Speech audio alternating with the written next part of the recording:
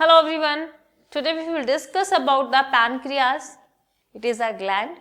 It is a mixotrophic gland. यानी कि ये एक्सोक्राइन और एंडोक्राइन दोनों की तरीके से एक्ट करती है. एक्सोक्राइन का मीनिंग होता है बच्चों ऐसी ग्लैंड जिसमें डक्ट प्रेजेंट है और जो एंजाइम का सीक्रेशन करती है. एंडोक्राइन का मीनिंग है जिसके पास डक्ट नहीं है और ये अपना सीक्रेशन डायरेक्टली ब्लड में छोड़ देते हैं और ये हार्मोन का सीक्रेशन करते हैं जो डायरेक्टली ब्लड में फ्लो हो रहे हैं. This one is called a hormone. Okay, अब इसमें आइलेट ऑफ लैंगरहैंस की जो सेल्स है वो सिर्फ 1 से 2% ही होती है. That means is 1 to 2 million sales जो है आइलेट ऑफ लैंगरहैंस है. ये जो आइलेट ऑफ लैंगरहैंस है बेटा, ये वाला पार्ट अल्फा बीटा और डेल्टा टाइप की सेल्स प्रेजेंट होती है. ठीक है, और जो मेजॉरिटी वाला पार्ट है that means 98 to 99% part is a exocrine part. और एक्सोक्राइन पार्ट में दिख रही है आपको यस डक्ट्स प्रेजेंट है. ये बीच में एक जो बड़ी डक्ट है this one is a pancreatic duct. बाद में छोटी छोटी डक्ट्स में एक एसिनी लगे हुए हैं. That means the follicular structure black colour से जो मैंने बनाए हैं दिस वन इज अ एसिनी जो कि एक्सोक्राइन ग्लैंड की तरह एक्ट कर रहे हैं. That means is release a enzymes. Okay, चलो एंजाइम्स जानते हैं आपको क्या बनाएंगे, ये पैनक्रियाटिक जूस बनाएंगे. ओके, जो कि आपके डाइजेशन में हेल्प करेगा. बहुत सारे एंजाइम्स होते हैं यहाँ पे, trypsin, chymotrypsins, okay, carboxy peptidase, pancreatic amylase, nucleus, ये सारे एंजाइम यहाँ पे प्रेजेंट होते हैं. चलो अब नेक्स्ट वन आप देखोगे हेटेरोक्राइन्स है तो हमें यहाँ पे पैनक्रियास के, क्योंकि चैप्टर में आपको सिर्फ एंडोक्राइन के बारे में बताना है. डाइजेशन वाले चैप्टर में आप पढ़ चुके हैं कि इसके हॉर्मोन्स आई मीन एंजाइम्स कहाँ से रिलीज होते हैं, कौन कौन से एंजाइम्स हैं जिसके नाम मैंने अभी आपको बताए थे. अब यहाँ पे आपको देखना है ओनली हॉर्मोन्स के बारे में. तो यहाँ पे आइलेट ऑफ लैंगरहैंस में अल्फा बीटा और डेल्टा सेल है. अल्फा सेल जो है वो ग्लूकागोन का सीक्रेशन करती है and beta cell secrete insulin and delta cell release somatostatin.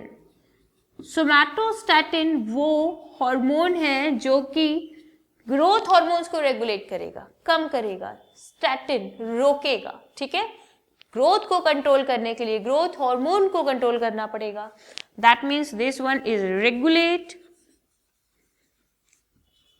The growth hormone. बच्चों ये ग्रोथ हार्मोन को रेगुलेट करेगा. नेक्स्ट वन है आपके ग्लूकागोन को लेते हैं. ग्लूकागोन अल्फा सेल से रिलीज होता है. ये बात आपको लर्न हो जानी चाहिए, यहीं पे लर्न हो जाएगी ध्यान से सुनेंगे तो. ग्लूकागोन नाम से ही थोड़ा सा समझ में आ रहा है कि ग्लूकोज के लेवल को शायद बढ़ा रहा होगा. तो यस बच्चों, तो ये फंक्शन लिखेंगे यहाँ पे. ये सबसे पहले क्या करता है, ग्लाइकोलाइसिस. ग्लूकोज बनाने के लिए क्या करना पड़ता है, ग्लाइकोजन को तोड़ना पड़ता है. ग्लाइकोजन से ग्लूकोज का फॉर्मेशन करना.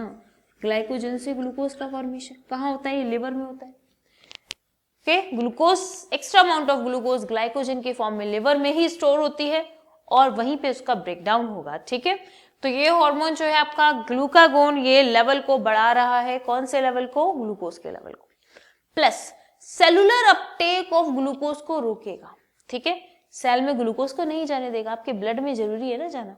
तो ये सेलुलर अपटेक को कम करेगा. So this hormone is called a hyperglycaemic hormone. याद रखेंगे ये हाइपरग्लाइसेमिक हार्मोन है जो कि आपके किसको बढ़ा रहा है, ब्लड शुगर लेवल को बढ़ा रहा है. This one is a hyperglycaemic hormone. Hyperglycaemic hormone.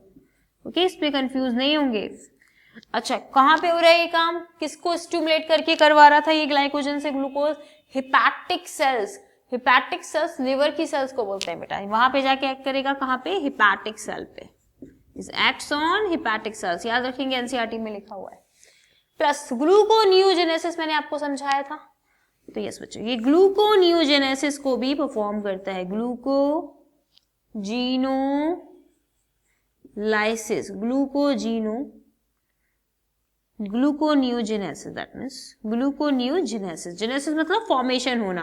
Non carbohydrate substance से ग्लूकोज का फॉर्मेशन होना। Glycogen is a carbohydrate substance ना, तो उससे भी ग्लूकोज बना ही रहा है, प्लस साथ के साथ लिपिड और अमाइनो एसिड से जब ग्लूकोज बनता है तब इसको ग्लूकोनियोजेनेसिस कहते हैं। यानी लाइपोलाइसिस भी कर रहा होगा ये और अमाइनो एसिडोलाइसिस भी कर रहा होगा, ठीक है। तो यहाँ पे ग्लूकोनियोजेनेसिस का फॉर्मेशन भी हो रहा है। हाइपरग्लाइसेमिक हार्मोन है, इस कंडीशन को क्या बोलेंगे जब ब्लड में ग्लूकोज लेवल बढ़ जाएगा?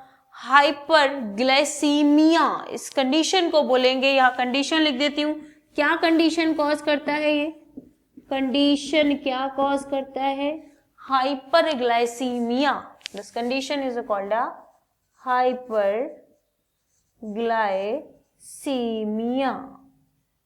Okay, hyperglycemic is a hormone and the condition is called hyperglycemia. Okay, इसका स्क्रीनशॉट ले लो बेटा, इंसुलिन बताती हूँ मैं आपको। Okay, next one is a insulin. Insulin इसका दोनों एक दूसरे को मिलकर रेगुलेट करते हैं, है ना। एंटागोनिस्टिक इफेक्ट नहीं है बेटा, ये दोनों एक दूसरे के को रेगुलेट कर रहे हैं। इंसुलिन कहां से रिलीज हुआ? Beta cells of Langerhans. Yes, insulin क्या क्या काम करता है देखिए। इंसुलिन आपके ब्लड स्ट्रीम में आ गया, ठीक है। अब इंसुलिन ग्लूकोज को सबसे पहले अपने घर में भेजेगा। ग्लूकोज का मेजॉरिटी, मतलब ग्लूकोज का घर क्या है? लिवर है। ग्लूकोज का घर क्या है बेटा? लिवर है। तो ग्लूकोज को कभी भी ब्लड वेसल्स में नहीं बैठने देगा, ग्लूकोज को सीधा भेजेगा लिवर में। अब ग्लूकोज को भेजने के लिए क्या बनाने होते हैं? रिसेप्टर्स बनाने होते हैं, ठीक है। ऐसे नहीं जा सकता बेटा ये। ग्लूकोज को भेजने के लिए इसको क्या तैयार करने होते हैं? रिसेप्टर्स तैयार करने होते हैं। इन रिसेप्टर को गुलिट 4 रिसेप्टर्स कहते हैं। इन रिसेप्टर को क्या कहते हैं? Gullit 4 receptor. Gullit T capital होगा बेटा, गुलिट 4 रिसेप्टर। तो गुलिट 4 रिसेप्टर इंसुलिन ने फॉर्म किया ताकि ये ग्लूकोज कहाँ चला जाए? लिवर में चला जाए। और अगर ये लिवर में चला गया है तो ग्लाइकोजन में कन्वर्ट होगा ही होगा बाय द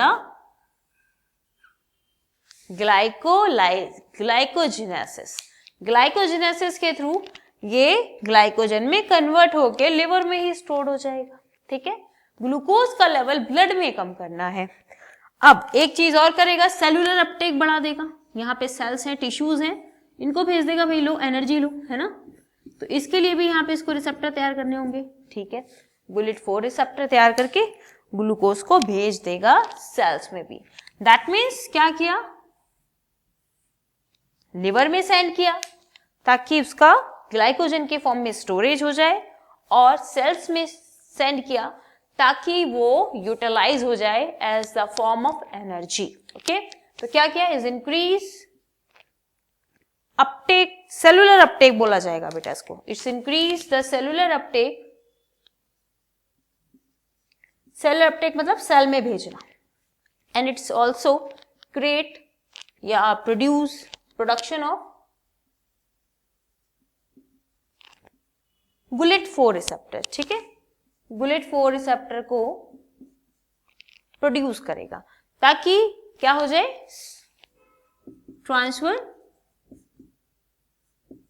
ग्लूकोज कहां पे? In liver by the Gullit 4 receptor. हो गया। इस कंडीशन में क्या हो गया? हाइपोग्लाइसीमिया, ठीक है। ये कंडीशन क्या है बेटा? हाइपोग्लाइसीमिया। हाइपोग्लाइसीमिया। और ये हार्मोन कैसा कहलाएगा? Hyperglycaemic. Hypoglycaemic, yes, hypoglycaemic hormone. Hyperglycaemic hormone is a insulin, याद रखेंगे।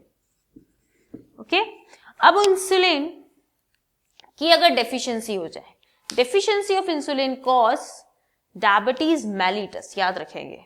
डायबिटीज मेलिटस, जिसमें कि ब्लड में जो है वो ग्लूकोज का अमाउंट ज्यादा हो गया, ठीक है। और वो अमाउंट कहाँ पे आने लगा, यूरिन में भी आने लगा। ओके, यूरिन में इंडिकेशंस होता है इसका, यूरिन में भी आपको ग्लूकोज के मॉलिक्यूल्स, कीटोन्स बॉडीज ये मिलते हैं। अगर ग्लूकोज के मॉलिक्यूल्स यूरिन में मिल रहे हैं, इस कंडीशन को ग्लूकोस यूरिया कहते हैं, और कीटोन के मॉलिक्यूल्स मिलते हैं, उसको कीटोन यूरिया कहते हैं। ठीक है, कीटोन यूरिया नाम से क्लियर हो जाएगा, ग्लूकोस यूरिया। ठीक है, बस ग्लूकोज लगा दो, यूरिया लगा दो, कीटोन लगा दो, यूरिया लगा दो। कीटोन बॉडी अगर मिल रहे हैं तो कीटो यूरिया, ओके, और अगर ग्लूकोज मिल रहा है तो ग्लूकोस यूरिया, बस। ठीक है, अब ये सिम्टम्स होते हैं जो कि यूरिन में डिटेक्ट किए जाते हैं। और ये इंसुलिन मेलिटस जो है, डायबिटीज मेलिटस जो है, वो दो टाइप से होती है बेटा, इंसुलिन डिपेंडेंट है और इंसुलिन नॉन डिपेंडेंट है। इसमें स्कूल्स में जब पेपर बनता है तो उसमें डिफरेंसेस आ जाते हैं, तो उसको देख लेते हैं थोड़ा सा।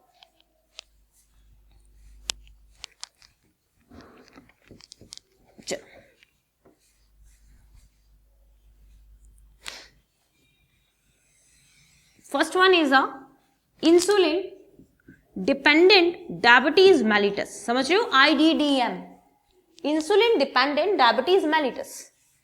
ओके, यहां लिख देती हूं diabetes mellitus. And next one insulin non dependent diabetes mellitus, DNDDN। Okay, अब इंसुलिन डिपेंडेंट डायबिटीज क्या है? इंसुलिन डिपेंडेंट डायबिटीज मेलिटस, जब इंसुलिन ही कम प्रोड्यूस हो रहा हो, बीटा सेल ऑफ लैंगरहैंस से इंसुलिन जब प्रोड्यूस ही कम हो रहा हो, तो क्या होगा, सारे ग्लूकोज के मॉलिक्यूल शिफ्ट नहीं हो पाएंगे, सेलुलर अपटेक नहीं हो पाएगा। दैट मीन्स ग्लूकोज का अमाउंट जो है वो ब्लड में सर्कुलेट होता रहेगा। ठीक है, तो ये है आपका डायबिटीज मेलिटस जो कि इंसुलिन पे डिपेंड है। इसको इंसुलिन डिपेंडेंट बोलेंगे जब इंसुलिन का अमाउंट ही कम हो जाए। ठीक है, द अमाउंट ऑफ इंसुलिन जो सीक्रेट हो रहा है और कंसंट्रेशन ऑफ इंसुलिन डिक्रीजेस। ठीक है, इसका कुछ भी रीजन हो सकता है, बीटा सेल्स डैमेज हो गए, ठीक है, कोई भी रीजन हो सकता है। इसमें अमाउंट में कोई फर्क नहीं पड़ रहा, इंसुलिन रिलीज हो रहा है प्रॉपर अमाउंट में, proper amount, no effect, no decrease amount of insulin, insulin का अमाउंट डिक्रीज नहीं हो रहा इसमें।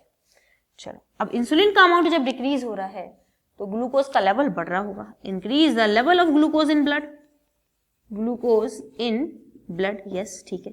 इसमें भी यही होगा, कन्वर्जन तो नहीं कर पा रहा ना, तो इसमें भी इंसुलिन में ग्लूकोज का लेवल ब्लड में बढ़ जाएगा, सेम।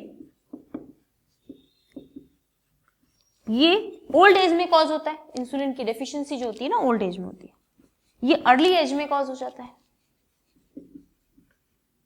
ठीक है, ये बेटा इंसुलिन डिपेंडेंट जो है वो डाइट की वजह से हो रहा है।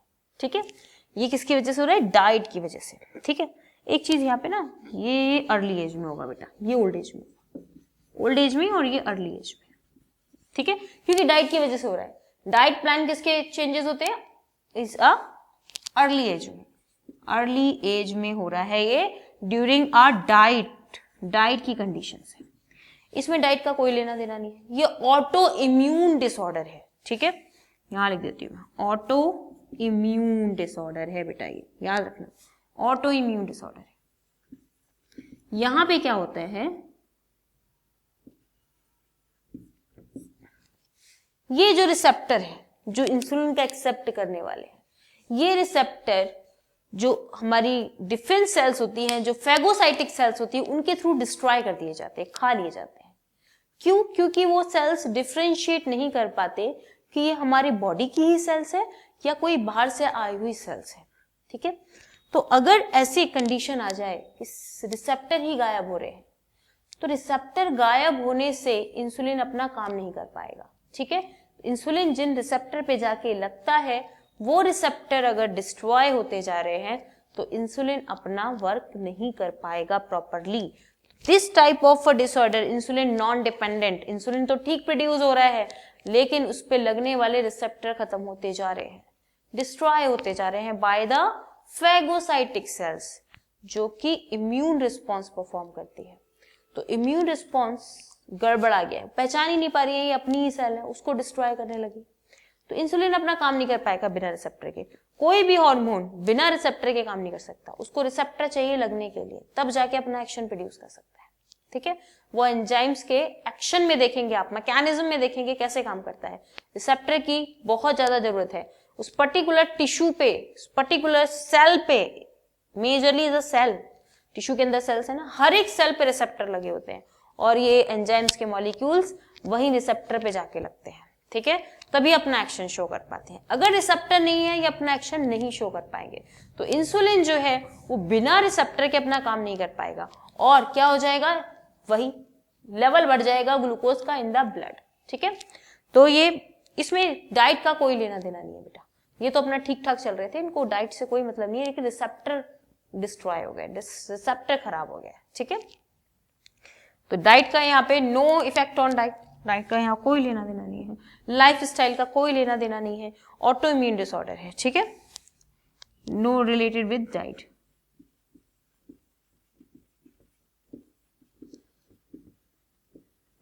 ओके, तो ये आपके इंपॉर्टेंट टॉपिक है, इन पे क्वेश्चंस लगाइए। Any doubts and queries please मुझे कमेंट सेक्शन में जरूर बताएं।